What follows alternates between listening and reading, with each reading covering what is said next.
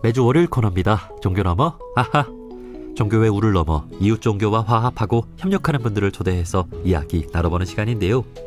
어제는 6월 15일 6.15 남북 공동선언 25주년 되는 날이었습니다. 6.15 남북 공동선언은 2000년 6월 15일 북한 평양에서 열린 남북 정상회담에서 김대중 대통령과 북한 김정일 국방위원장이 남북의 평화 통일을 바라며 5가지 문항에 합의하고 발표한 선언인데요. 지금은 남북관계가 단절되어 있지만 다시 남북이 6.15 공동선언의 정신과 발표 내용을 이어갈 수 있을까요? 이를 위한 우리 정부와 종교인들의 역할은 무엇일까요? 남북의 화해와 평화를 위해 한평생 애써오신 한국기독교교회협의회 전 화해통일위원장 한기양 목사님과 남북관계에 대한 이야기 나눠보겠습니다. 목사님 안녕하세요. 네, 안녕하세요. 네. 반갑습니다. 예, 반갑습니다. 자, 네. 어제가 6.15 남북 공동선언 25주년 되는 날이었습니다. 6.15 네. 남북 공동선언이 무엇인지 먼저 소개를 좀 해주시겠습니까? 예, 남북 정상이 분단 역사상 처음 만난 아주 중대한 의의를 지니는 그런 선언이었습니다. 대충 이렇게 요약을 하면 한 5가지 합의를 했었는데요. 네. 첫째는 남과 북이 통일 문제를 우리 민족끼리 힘을 합쳐서 자주적으로 해결해 나가자. 그게 합의했고요. 네. 두 번째는 남과 북은 통일을 위한 남측의 국가연합대안과 북측의 낮은 차원의 연방제가 서로 공통성이 있다. 이렇게 인정을 하고 그런 방향으로 통일을 지향해 나가기로 하였다. 네. 세 번째는 남과 북은 8.15쯤 해서 흩어진 가족, 친척, 방문단을 교환하면서 비전향 장기수 문제를 해결하는 인도적 문제를 조속하게 풀어나가기로 합의하였습니다. 그리고 예. 네 번째는 남과 북은 경제협력을 통해서 민족 경제를 균형적으로 발전시키자. 그래서 사회, 문화, 체육, 보건, 환경, 재반 분야 협력 교류를 활성화하면서 서로의 신뢰를 다져가자. 5번째는 남과 북은 위와 같은 합의사항을 조속하게 실천에 옮기기 위해서 빠른 시일 안에 당국 사이에 대화를 개최하기로 하였다. 예. 이렇게 하면서 이제 끝에 이거는 이제 그 달아놓은 얘기인데 김정일 국방위원장이 서울을 방문하도록 정중히 초청했고 또 김정일 국방위원장 역시 적절한 시기에 서울을 방문하기로 하였다. 이게 합의문이에요. 예. 이 중에서 실천이 잘 된 것도 있고 또 그렇지 못한 것도 있습니다. 네. 남북이 지난 25년간 이 선언을 잘 실천하고 계승해 왔으면 좋았을 텐데요. 어쩌다 지금의 이 상황까지 왔을까요? 그러니까 이거를 그동안에 잘 이렇게 해와야 되는, 어떻게 보면 남북 대화 관련해서 남 통일을 가기 위한 어떤 장정과 같은 건데, 그래서 대원칙 속에 사실은 남과 북이 잘 진행되어 있고 민간 차원에서 열심히 하려고 애를 썼었는데, 이 지금 상황은 어찌 보면 윤석열 정부 그 3년 동안 다 망가뜨렸다라고 할 수 있겠어요. 특별히 처음 후보 시절부터 뭐 선제 타격을 하겠다는 둥 하면서 대결 국면을 남쪽에서 오히려 촉발시켰다. 이렇게 볼 수 있습니다. 예, 예. 사실 그 남북 관계는 이렇게 냉탕과 온탕을 오갔습니다만 대체로 우리 정부의 입장에 따라서 달라졌다고 해도 과언이 아니겠죠. 예. 그런 점이 있어 왔죠. 예. 예. 자, 이제 이재명 대통령과 새 정부가 다시 출범을 했고 다시 북한의 대화의 손길을 내밀고 있습니다. 북한이 다시 대화 재개에 응할까요? 지금 현재로서는 쉽게 응할 것 같지 않습니다. 북한의 입장은 사실 지난 그 윤석열 정부가 너무 심하게 대결 국면으로 가면서 대미굴종적 태도와 그야말로 우리 그동안의 합의들을 깨는 건 물론이고 오히려 그 전쟁을 이렇게 유발시키려고 애를 쓰는 그 과정에서 북한은 완전히 이제는 이 통일의 대상으로 생각하지 않겠다 하고 완전히 돌아서 버렸어요. 예. 그렇게 하면서 이제는 두 개의 국가론을 얘기하잖아요. 음. 전에는 남조선 이렇게 분명히 칭하고 그렇죠. 그 대한민국이라는 이름을 안 밝혔습니다. 네. 우리도 역시 그 대학을 할 때 남측 북측 이렇게 얘기했지 조선민주주의 인민공화국이라고 말하지 않지 않습니까? 네. 근데 북한은 이제 명백하게 대한민국이라고 온 그 북한 인민들한테 그렇게 얘기하고 그렇게 하기로 해버렸습니다. 네. 그래서 이 새로운 국면으로 들어가 버렸다 이런 생각이 들어요. 우리를 이제 한 민족으로 대하다가 이제 다른 나라, 완전히 다른 나라로 이렇게 대하고 있는데 이제 그만큼 적대국 교전하는 적대국으로 표현해 버렸죠. 그렇죠. 네. 그만큼 이제 북한의 마음이 많이 상했다. 네, 이런 것을 우리가 또 다시 돌려내는 또 노력도 필요할 것 같습니다. 그동안 매우 이제 필요하죠. 예, 그동안 이제 국제 정세도 참 많이 변했잖아요. 네네. 그 북미 대화가 세 차례나 있었지만 이렇다 할 성과에 이르지 못했고 또 북한은 오히려 러시아와 밀착 관계를 형성해 나가고 있는데 앞으로 우리는 그럼 외교를 좀 어떻게 해 나가야 될까요? 이제 굉장히 어려워진 것 중에 가장 큰 것이 미국이 이렇게 한미일 동맹을 강화하는 바람에 북중러가 이렇게 결합이 돼버렸잖아요. 예. 이렇게 되면 그전에 했던 그 대북 제재가 불가능해졌고 그것이 이제 말하자면 통제 밖으로 나가버렸고 북한으로서는 사실 좋은 환경이 조성돼 버렸죠. 중국과 러시아를 이렇게 뭐 골라서 선택해야 될 정도로 러시아는 러시아대로 북하고 교류하기를 더 원하고 중국은 또 그게 약간 비웃장상해서 우리하고 더 친해야 되는데 왜 저러지 이렇게 있는 상황이 돼버려서 예. 북으로서는 매우 유리한 국면이 진행되고 있고 이런 상황에서 우리 앞으로 외교는 지금 이제 이재명 정부가 다행히 이제 새로 들어서서 다행이긴 한데 그래도 너무 어려운 것이 이 실리 외교를 한다 하더라도 그동안에 이렇게 저질러 놓은 일이 너무 많아가지고 수습하기가 참 힘들지 않을까 그런 생각이 듭니다. 네.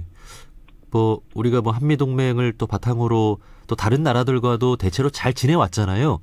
예. 그런 어떤 중립적인 역할 이런 것들 잘 해나가야 되겠죠. 그런데 지금 알다시피 미중 이렇게 이른바 갈등이 아주 심화된 상태에서 미국은 뭐 확실하게 자기 편 들어달라 하고 중국은 또 중국대로 자기들 이런 식으로 나오니까 우리가 사이에 끼어 있는 상황이 됐단 말이죠. 네. 이런 형국에서 우리가 거꾸로 양쪽을 이렇게 조율할 수 있는 그런 역량을 잘 이렇게 발휘할 것인가 하는 문제가 지금 이 정부한테 걸려 있는 큰 과제인 것 같고요. 네. 저는 거꾸로 러시아와의 관계를 빨리 회복해야 된다고 저는 생각을 해요. 예.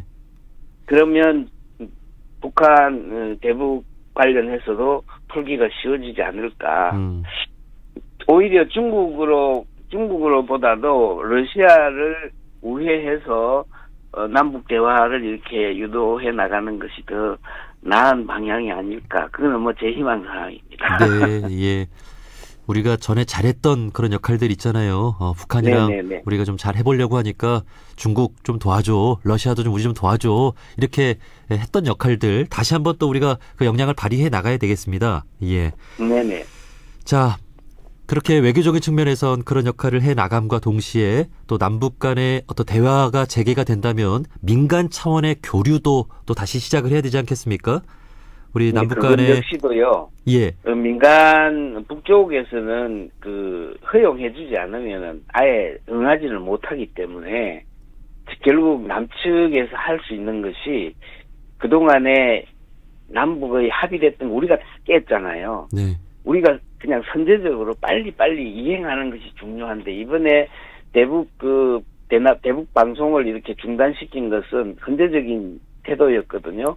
매우 좋은 조치였고 그와 마찬가지로 우리 스스로 이렇게 군사훈련, 전쟁연습 이런 것을 줄이는 쪽으로 안 하는 쪽으로 이렇게 빼줘야 되는 것이고 남북에 지금 북한은 인정하고 있지 않지만 우리는 여전히 그 합의 사항들을 이행하지 못했던 것을 스스로 선제적으로 이행하려고 이렇게 애를 쓰면 네. 북쪽의 마음이 그래도 좀 열리지 않을까. 예. 그게 열려야만 이 자기들이 직접 대화를 못 나서더라도 그렇게 되면 이제 민간 차원의 대화를 열어주기 시작하거든요. 네. 그때서 비로소 가능하지 싶습니다.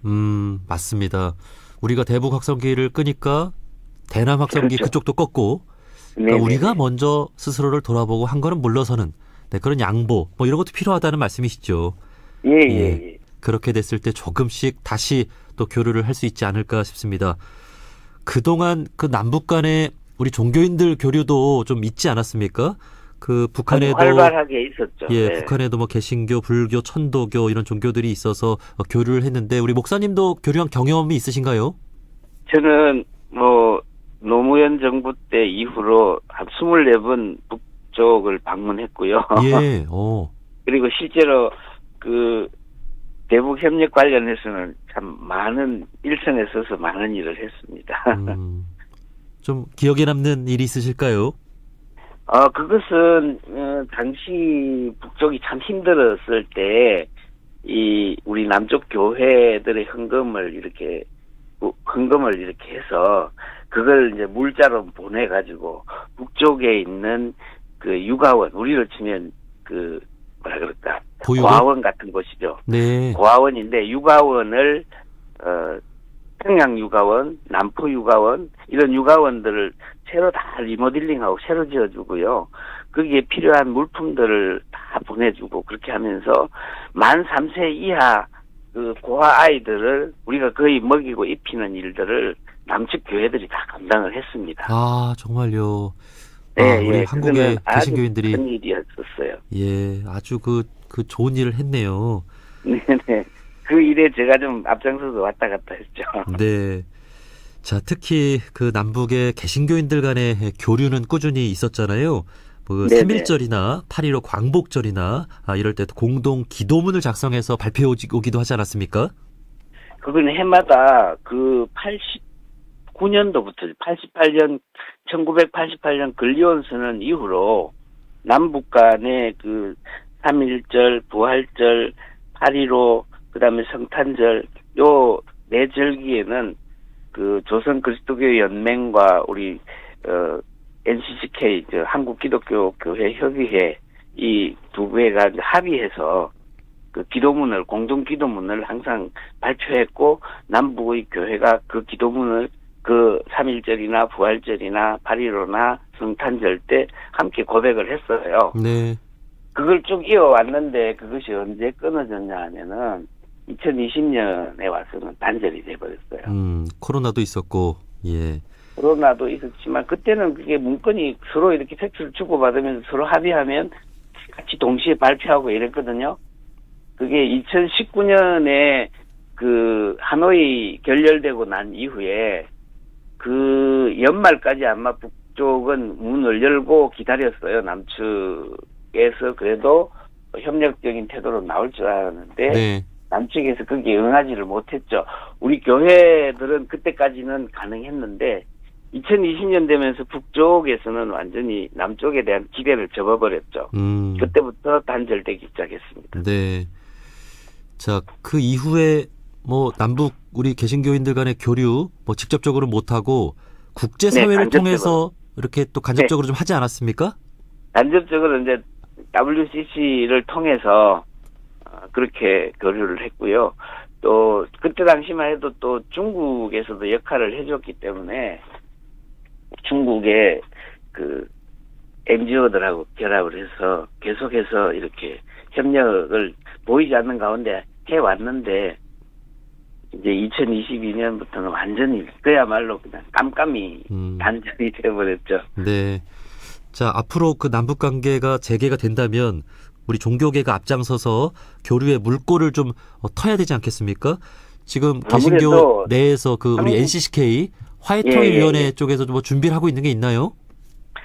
지금 아마 당국 간의 대화가 힘들면 분명히 이제 이렇게 다시 우회하는 것을 허용하는 방식으로 할 가능성이 큽니다. 그렇게 될 때 가장 가능성이 큰 것이 우리 NCCK와 조선 그리스도교 연맹의 관계가 옛날에도 처음에 최초의 대화도 그렇게 꾸려냈고요. 그것을 이제 WCC 세계교회협의회가 이렇게 중재를 서서 할 수 있는 가능성이 또 여전히 그런 방식이 될 가능성이 큽니다. 사실 우리 한 가정에서도 아빠들은 좀 자존심이 좀 세고 그러니까 좀 이렇게 네네네. 부드러운 우리 엄마들끼리 잠깐 먼저 얘기를 나누고 그렇게 좀 자리를 트는 그런 거죠. 이제 그럴 가능성이 크죠. 예. 예.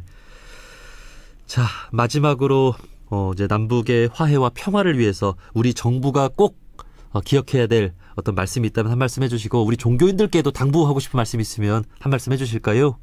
네. 정부, 이번에 이제 이재명 정부는 뭐 방향을 제대로 잡고 있는 것 같아서 다행이긴 한데요. 그럼에도 불구하고 항상 북측을 배려하는 태도를 분명히 견지하는 것이 좋겠다. 그리고 북쪽의 자존심을 건드리는 말들이나 외교적인 태도는 아주 좋지 않다라는 것이고요. 결국 우리가 한미 동맹을 너무 강조해서도 안 된다고 저는 생각을 해요. 한미 동맹 자체는 괜찮습니다. 그런데 거기다가 일본까지 끼어나고 한미일이 돼버렸단 말이죠.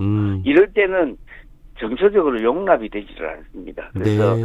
일본 문제에 대해서 전향적으로 물론 취해야 되지만 군사나 이런 과거사 문제는 추호도 용납해서는 안 된다. 그거는 북쪽이 민족적인 관점에서 제일 그 부분을 남쪽을 쳐다보면서 그런 대일 굴종적인 태도는 가장 싫어하고 자주적인 태도를 취하기를 원하고 있거든요. 네. 그래서 되도록이면 자주적인 입장을 갖는 것이 북측을 이렇게 끌어내는데 가장 중요한 포인트가 아닐까 그런 생각이 들고요.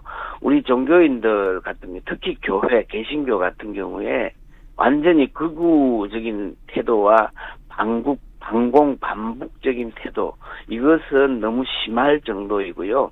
그야말로 한 70년 전에나 50년 전에나 취해야 될 태도를 아직도 견지하고 있는 그리고 그것을 전 성도들한테 막 강요하다시피 하고 있는 이 큰 대형 교회들의 폐해.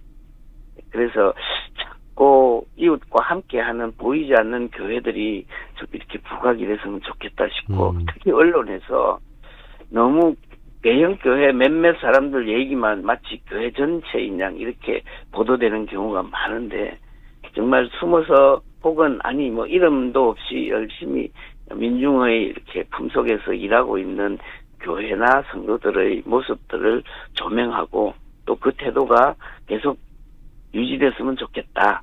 그런 생각이라서 되도록이면 교회는 좀 이렇게 정치적인 문제나 특히 극우 집단의 테러리스트 집회 이런 데 동원되지 말았으면 좋겠고 네. 그런 태도를 분명하게 좀 교회가 취해줬으면 좋겠다 싶어요. 네. 우리 종교인들에게 사랑이 없고 또 평화를 말하지 않는다면 진정한 또 종교가 아닐 것 같습니다. 우리 목사님 말씀해 주신 대로 북한과 대화를 하겠다고 마음을 먹은 이상 북한의 입장에서 또 마음을 헤아릴 수 있는 그런 어떤 우리의 그런 각별한 노력이 또 필요하겠다는 것을 꼭 기억했으면 좋겠습니다. 네. 자, 여기까지 말씀 듣겠습니다. 한국기독교교회협의회 화해통일위원장을 지내신 한기양 목사님이었습니다. 목사님, 오늘 네. 말씀 고맙습니다. 네, 감사합니다.